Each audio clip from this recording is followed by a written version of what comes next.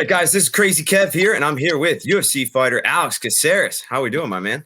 Doing good, doing good. How you doing? Doing great, doing great. So, Alex, man, you just had a fight not too long ago. Talk to us a little bit more about that performance and what's maybe next for you, man. Well, nothing much to say. I felt like I did my best. Looking on in hindsight, checking out, or like the way I felt in the fight. Looking in hindsight, I felt like I did better than I thought I did. But in hindsight, when I was in there, I just felt like I wasn't fighting as intelligently as I could have. I more like made it just like into a punching contest, which is fine with me. I don't mind those type of fights, but I guess to secure the victory more in the crowds and the judges' eyes, because I felt like the bias was kind of stacked against my odds, and I understand that if I don't finish fights, I got to make them at least definitive, and I don't think I did enough that time. Yeah, no, fair enough. And now, when it comes to like judging and stuff, I mean, what do you maybe think we could do to maybe like fix judging to kind of make it more concrete? Well, like I know everybody always says we should make fighters or previous fighters into judges, but then again, you can still have bias. If it's like a hometown favorite, or sometimes like the judges don't necessarily judge with their eyes; they might judge with like how the crowd's reacting or stuff like that, like whatever's going on around them. It might sensationalize some things that are not necessarily important in the fight, I would say. Yeah, no, fair enough. Now, so I guess automated, if it was automated, like if you had some type of system that could observe and I think we do, right? I think we have cameras that can observe the speed and impact of a blow or something, and then how many blows, it would have to be in a way to do it unbiasedly, I guess. But other than that, or you can just do finish fights, and then judging doesn't matter. No, there you go. That makes things really easy there.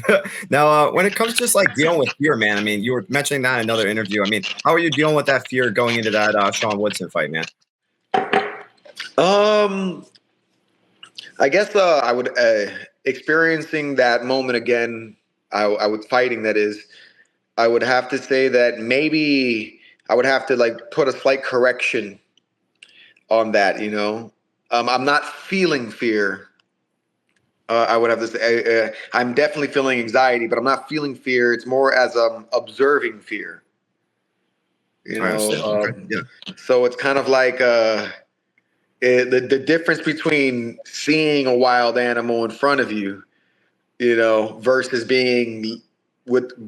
having the wild animal on top of you. Oh, no, better yet. Difference between seeing the wild animal in front of you versus dreaming about the wild animal attacking you. Wow. Yeah. Right. No, When you're in fear, it's like a dream, and it's already the worst is happening. When you're observing it as it passes by, because it's a natural emotion, it's going to come no matter what. You can't stop it, but you can not attach yourself to it. It's something you can do. And when you observe it, you have more respect for it. So you see the bear, and and you prepare yourself for the event. Nothing's bad happened, but you're willing to accept the responsibility for taking on this wild animal. Yeah, no, definitely. That's definitely a solid answer, Alex. Now, when it comes just like the UFC, you've been here for a pretty long time now. I mean, how do you think MMA and just kind of the UFC has evolved since you've kind of started your journey? Well, definitely. It's involved in a lot of ways. There was one time you couldn't smoke marijuana. Now you can smoke marijuana. There you go. And I was caught in the transition of it all. It's horrible. Yeah, no, definitely, man. And but other than that, it's definitely evolved into a great sport. I feel like it's grown. It's actually becoming a sport, that can rival, NBA and NFL as well, or it's getting there. We're not there yet, obviously, because we're not getting paid millions of dollars just yet. So, but before that, I think we're doing a really good job, bringing martial arts into the normalization in this society. And I think it's very important as well. I feel the more people know how to defend themselves with their own bodies, the less we will put each other in danger with weapons and hysterical violence. We wouldn't feel the need to prove ourselves as much once this becomes a part of the culture. And I think it's a lesson that I picked up when I was in Japan. I know that in Japan, I don't know if it still is today, but I know for a very long time, judo was a part of the school curriculum. So every kid had to do judo, and so every kid got tossed in their ass. So that means every kid knew not to start crap because you might get tossed on your ass, and you don't necessarily want to do that to anybody because there's nothing to prove, and you respect people on a eye-to-eye level now that you actually share some combative experience. Yeah, no, definitely. Now get back into smoking, man. I mean, have you ever happened to like smoking stuff when it comes to like doing like rolling and stuff? I know Joe Rogan's mentioned he feels like he feels a little bit more free. Have you ever done that? What do you maybe think about Yeah, that? man, I smoke all the time. That's awesome. Sometimes I like some training sober. Sometimes I'll be high. Like I would rather do martial art training sober. But if I'm lifting weights, I could be high for that. That'll be good. But I've been high doing martial arts training, but I would rather be sober there. I just feel like you're a little bit slower for sure. And something when you got to react to shit, it would be better to be sober. Fair enough. Now, when it comes to smoking, man, you got any like favorite things you like to do on it? Maybe favorite things you like to eat? Talk to us more about that, man. I smoke and chill. I sometimes I try to practice playing guitar and listen to music, play video games. I do a lot. I smoke and I do a lot of stuff high, I guess, like gardening, hiking, whatever, eating food. Yeah. Nice. Now, what do you like to, what kind of songs do you typically play on the guitar, man? I would have to say I would be playing more rock, folk type of music. Right. Or like I would say classic rock and folk music would be something that I would play more on guitar. Yeah, easier songs. Fair enough. Now, another thing I think it was pretty interesting about you on Instagram Live a little bit ago. You mentioned your nickname, Bruce Leroy. You were considering switching it at one point. Do you remember what you were planning to switch it to? No, not really. There was a lot of different ideas. But then again, like it was kind of just an idea. I was thinking about it, but it kind of fell off just because it's just a moniker. It's not. If I start identifying myself with ring names I feel like it's just too much to worry about. I feel like that's a big problem, especially nowadays. I feel we try to adhere to too many identities, which, I mean, to us, it looks like a specific identity, but in reality, we're just identifying ourselves. We're spreading ourselves too thin, and then we stop being human. We start becoming, a Republican that was born in this country that likes this politician, that likes this football team, that likes that. And then there's just so many things that explain you, and you just can't be you. And I felt, the moniker was given to me. So I don't have responsibility or a right to change it as well. And secondly, it doesn't matter because that's how I am identified from the observer's viewpoint, not necessarily from the internal observer's viewpoint. Yeah, no, definitely. And another thing about you is you mentioned you like to meditate and stuff. Why is that? Why do you think that's beneficial for you? I don't stop thinking. That's what's beneficial for me to like kind of not think a little bit or try not to attach myself to the thoughts because I do overthink things and or dive deep into thoughts and get distracted easily. So meditation has helped me out with that, as well as just overall anxiety. I feel like as people, especially in this country, we all experience some type of anxiety with the ever impending doom of just paying taxes, of paying your bills. And it's like you're on a constant survival mode. And then you have this unfulfilled part of yourself because you're not really living life. You're working so you can pay somebody for the basic necessities of life. And then you wake up one morning and you're like 40 or 50 years old. And you're like, holy shit, what has my life been except been paying rent this whole freaking time? And it's kind of, meditation can help with that kind of anxiety, and we're all living it right now. Yeah, no, I definitely hear you there, man. And obviously, man, you're big into like philosophy and stuff. I mean, what about philosophy maybe excites you and stuff? I guess just the fact that it just is trying to continue the curiosity, the inquisitive nature, and the creativity of human beings. I feel the minute we stop doing that, we don't go any further. And I feel that there's certain people in this world that want to stop people from philosophizing or thinking critically because they don't want us to go any further. But I think that's what excites me the most. It's trying to make sense of our being here, you know, and even if it doesn't make sense, but we're trying to explore just the condition, you know, the human condition. And I don't know. It's a different way of thinking. It's a different perspective, and it definitely makes more leaps and bounds than conforming to the social norms. Yeah, yeah, no, 100%. Now, do you like to read books at all too? And if so, what's maybe some of your favorite books you like to read? I do like to read books. I like a lot of science fiction books mostly, but I do like reading philosophies or knowledge or fictional books. I read a book. I want to read it again. I'm trying to read it again, but I can't get past like the first couple pages. It was like the sacred geometry hidden in life or something like that.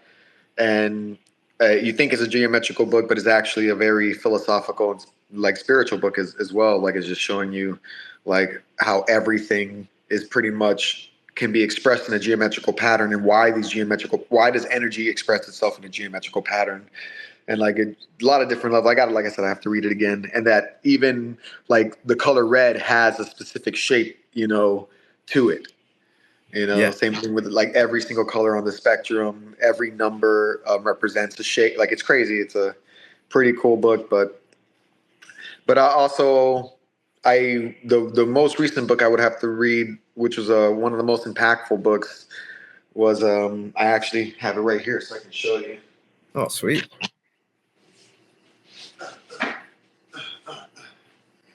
All right, so I read different versions of it, but I feel like this one right here, because there's a lot of different people translate it. The Bhagavad Gita Comes Alive. Okay. All right, that one's a really good book. So it takes place on a battlefield. It's the story. It takes place on a battlefield in the story of the Mahabharata, right? I would believe so. And it's about Krishna and his devotee Arjuna, and they're about to fight the war. And Arjuna is despondent because he has to face his own family, friends, and relatives in this war, because it's kind of like a civil war. And Krishna is going to help him through it, and give him his courage back so that he can stand up and fight for honor and duty. But it's a pretty spiritual book, though. It's really good. Yeah, no, it definitely sounds like a cool book. I'll definitely have to make sure I check it out. And getting back into music, man, you mentioned you were playing a little bit of the guitar. I mean, have you ever went to any concerts and stuff on your free time? If so, what's maybe some of your coolest concerts you went to? Yeah, yeah, I did go to I'm sorry, gosh, what concert did we go to? Did we go to a concert yet? Who do we see? Oh no, we saw Nas. Okay. We didn't go to. Yeah, we saw. I've been to Nas. There you go. Yeah, it was cool because he played with a whole like heavy metal band, like No. as his instrumentals. We are going to a concert soon, the Steve Miller Band concert. So we're gonna go check out Steve Miller Band, and then I see there's a lot of I know Little River bands coming into town, so I want to go see them. There's a lot of bands coming into town. I'm trying to catch them all before I miss my chance. Yeah, yeah, no, that definitely sounds awesome, man. And one thing about you, man, is you also throw a lot of sidekicks and stuff in your fights, man. I mean, how come you think that's not thrown too much in MMA? The fact that I mean, the problem that I see a lot of people run into when I'm teaching them sidekicks is just not understanding of the mechanics, you know. So maybe they throw sidekicks, but maybe they're not getting it off, and like, because it takes a while to understand the mechanics, like chambering the leg, and you know what you're trying to hit with, whether it's the foot or the heel, you know, which I would prefer kind of like the ridge of the foot, but towards the heel end of it. But yeah, it's a for what I hear when I'll show people like certain sidekicks, is it's a flexibility problem. It's a chambering problem. You know, it's like, oh, I can't get my knee that high, or stuff like that. So it might be that, or some people just don't feel like maybe some people just don't feel like it's a good weapon. I can't tell you why people do the things they do in fights. I can't tell you why I do the fucking things I do in fights. Like, yeah, like the last fight, yeah, I should have done some different things. I don't know why I did this, but it is what it is. Yeah, no, I definitely hear you. And obviously, with your nickname, Bruce Leroy. I mean, what's maybe your favorite Bruce Lee movie, and maybe your favorite Bruce Lee fight skit? I think my favorite movie would have to be the first Bruce Lee movie. I think I saw. I think it was. I want to say, what's that name? I might be confusing it, but it was a Fist of Fury. Okay, that's the one where he fights the Japanese in the dojo right at the end. Yeah, awesome. Yeah, it was that one. Yeah, that's definitely a sick one. Definitely a sick one, man. And, when it comes to you and stuff, you've obviously had a great career. Now, what do you maybe think about this new trend with people online? After they beat these young up-and-comers, they're starting to say, like, fraud checked and stuff. Have you happened to see that? What do you maybe think about, like, people that say that kind of comment? I haven't seen that. That's don't even know that's going on. I'm not, like, I guess, into that. So, like, I don't even know that was happening. Fair enough. Now, there's a new guy. He's on the block. A lot of people are asking me about you, or asking me to ask you about him. His name's Peyton Talbot. What do you think about Peyton Talbot? Have you seen him yet? It's hard for me to, maybe if I see his face, but I don't know names too well. Fair enough. He just fought at UFC 303. I wasn't sure if maybe you checked him out or anything like that. Okay. I don't know, man. It takes something to get to the UFC, and it takes a lot more to be able to sum up the courage in general, just to step inside there and fight. So everybody's got that chance, and I wouldn't put it past anybody. You got to have respect for everybody. If they're willing to fight you, then like something counts. He had to get there, and if you're that great, then he had to do something to get to your level in order to fight you. So there's something worthwhile there, and it happens. It happens a lot where, like, okay, some new up-and-comers get beaten down. It happens. I've done it plenty of times. But then there's some times where that new up-and-comer surprises the hell out of the veteran.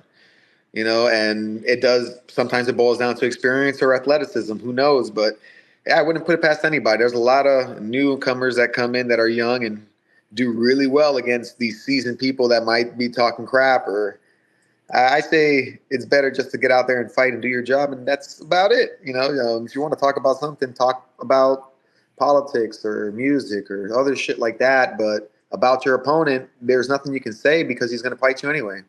Yeah, no, 100%. I definitely think that's a solid message. And man, after your fights, man, what's kind of the vibes like? What do you typically do after your fights?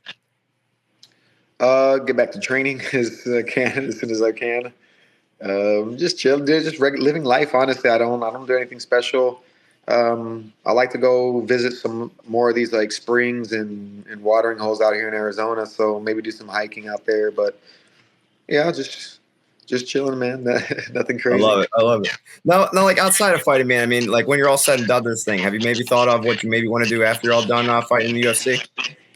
Well, I know I definitely want to stay in the realm of martial arts. So maybe getting into having my own dojo and being an instructor to a certain degree would be something that I would like to do. I do like growing plants and stuff like that. And I do like, I don't know, I like a lot of things. I feel like, but definitely staying into martial arts. I do want to train. I do want to teach and at least give people an understanding of a little about themselves. There's nothing more you can do. Fair enough. So growing plants. What do you have, like your own garden and stuff? Yeah, we started not too long ago. We got some plants coming in. We just built some planter boxes and trying to grow some fruits and vegetables and stuff. Nice. So obviously, you traveled a bunch with your fighting career. What's maybe some of the coolest things you maybe seen, so far with traveling? Yes, been up on Mount Fuji in Japan. That was pretty cool. Singapore has some nice, what are those, like biodomes? Okay. It's like an entire ecosystem inside of one dome and stuff. And they have like different parts of it. Like one's like Greece or one's like, I don't know. It's pretty cool. Been to Hawaii to train with BJ Penn. That was also a good thing. See the black sandy beach. That's pretty cool. The redwoods up in Northern California. Those are an amazing place to go visit. Um, I seen some like small temples in China, but they were kind of in the city, so they were turned into like stores and stuff, and it wasn't, I guess, as cool as it would have been. But one thing that I thought that was very cool when I was in China, though, when you look at the floors in the temple and you notice the tiling on the floors, you know what they are. It's all the broken pots that I guess were broken, and they took the broken pieces and put them like sideways upward, so stacked together to make crazy patterns. And that was the floor. It was like amazing. Yeah, well, that's definitely pretty sick. Now, with you being on Ultimate Fighter, there's definitely this really cool moment. GSP brought in this training partner. He was all drunk, and then he was like sparring you guys, man. Talk to us more about that, man. John Charles Savrovsky. Yeah. Yeah, he fought in. He fought in Lupini. I think I know more than once. I don't want to say the number. I don't want to get it wrong, but I know more than once. He fought Bacau. Bacau was actually the one who gave him the scar on his forehead. So like, yeah, he has a legendary scar. But yeah, he will come in there drunk. Like you'll have a big like Sprite bottle and stuff, but it'll be full of liquor.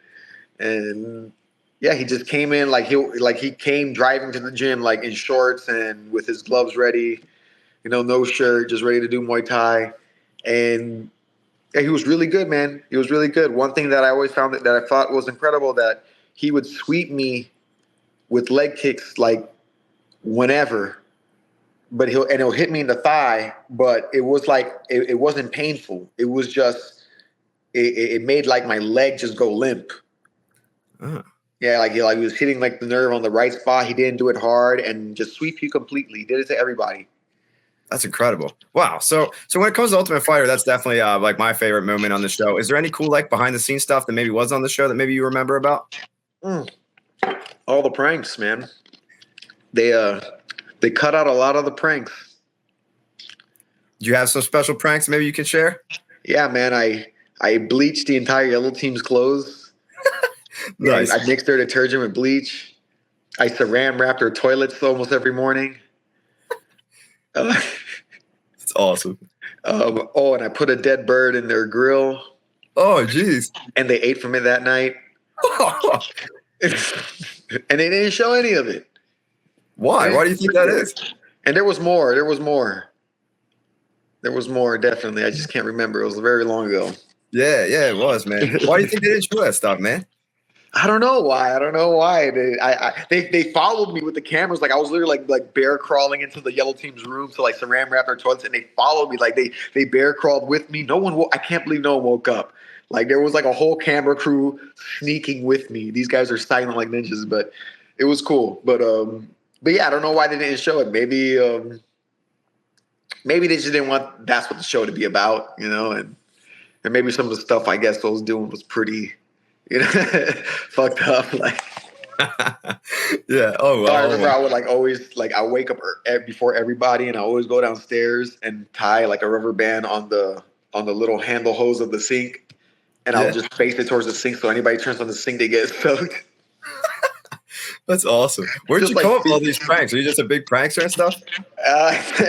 I guess it's because I watched a lot of. Maybe I got it from like watching a lot of shows.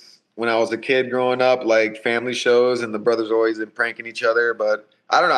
I don't know how we know, man. We used to prank each other a lot. I guess it was just funny stuff. I mean, one time I woke up and somebody put fucking mayonnaise, like filled my shoes up with mayonnaise. Like so they were we were pranking each other. It was just, but it was for the most part I pulled a lot of pranks. Like I was pissing people off. Oh, I bet. Did you ever find out who put that mayonnaise in your shoes, man? I think it was one of the Armenians, honestly. Jeez, that's messed up, man. And obviously, you have a bunch of fights in UFC journey. I mean, what's maybe some of your favorite memories you've had during your training career, though? Training? Yeah. Oh man, during training, I don't know. I can't tell you which one's one of my favorites. I do love training all the time. Like, I don't know. I can't say I have a favorite training moment. there was a lot of. Well, I guess there was some crazy stories that fucking happened. There was one time in Miami. Uh, I was training at a ATT with I forgot who was that. The guy with the neck tattoo. He has like a crown on his neck, Thiago Silva or something. Is that? Oh, okay. Yeah. That's his name, right? I believe so. Yeah, we went to go train over there, like to go spar over there, and then like he picks me as a partner. And this was when I don't think I was in the UFC just yet either. Maybe I was. Maybe I just got into the UFC, but I was very young. And I remember he picked me aside. He's like, "Oh, let's go spar." And he's he was a 205 or he weighed probably more than 205 at the time. And then he just starts trying to murder me, bro. He just starts trying to murder me. He hits me really hard, like 3 times in the head. And I was on ice skates. I was like skating on ice. I was just like, oh man, I'm about to go out. Like this guy's fucking me up. And then my coach Manolo, all I heard him say was like he was just screaming like, get out of there, like in Spanish. And then I don't know why, I just saw that like there was an opening, and I guess he had knee braces on his knees, and I just went straight for inside leg kicks on both his legs and just like stopped him right there. And then right when I did that, and it's like, it sucks because it feels like I'm talking shit. I don't mean to, but it's just the true story, and I'm just relaying the story. Right when I did it, like I guess the girl that was with him, maybe his wife, just like, oh wow, nice kicks. And then he got really mad and like blew up on her and started like cursing her out. And then he kicked me and my team and my coach out of the gym and told us not to come back and said that I was a pussy or something. Jeez. Wow. And I'm like, yo, you tried to murder me, dude. Like I was like, I never even like I didn't get that experience yet. I'm like, hold up, bro. I'm like young as shit. I'm trying not to this guy. Like the only other time that ever happened was like I remember I was sparring with Hector Lombard and I was very young. I wasn't even a professional just yet. And Hector Lombard does this thing where like he pretends to go soft and then he starts going crazy hard. But I was pretty good at striking, so I was holding my own. And then we had boxing gloves on. He literally, when the round was over and I turned around to walk away into the corner, he really ran up from behind me, grabbed me from behind, like suplexed me. And then my toes, like one of my toes got like popped out of place. Oh. But then Jorge Masvidal was there, and he didn't like that and took him the next round and beat the crap out of him. So I was happy for that. That was pretty cool. Yeah, that one pretty cool. Jorge had back, man. And dude, man, obviously you got one more. Here. This was with Georges St-Pierre. We were at the club. We went to a club in Canada. We were in Canada and shit, and because he invited me to train over there, and then we were at the club and we were chilling. Mind you, Georges St-Pierre goes there and he has like a bottle of liquor, but it's filled with water because he doesn't drink. He just wants to pretend that everybody thinks he's drinking. And then some guy comes up to me and like says something, and like walks away. But I didn't understand him because I don't speak French, so I just kind of brush it off. I'm like, whatever.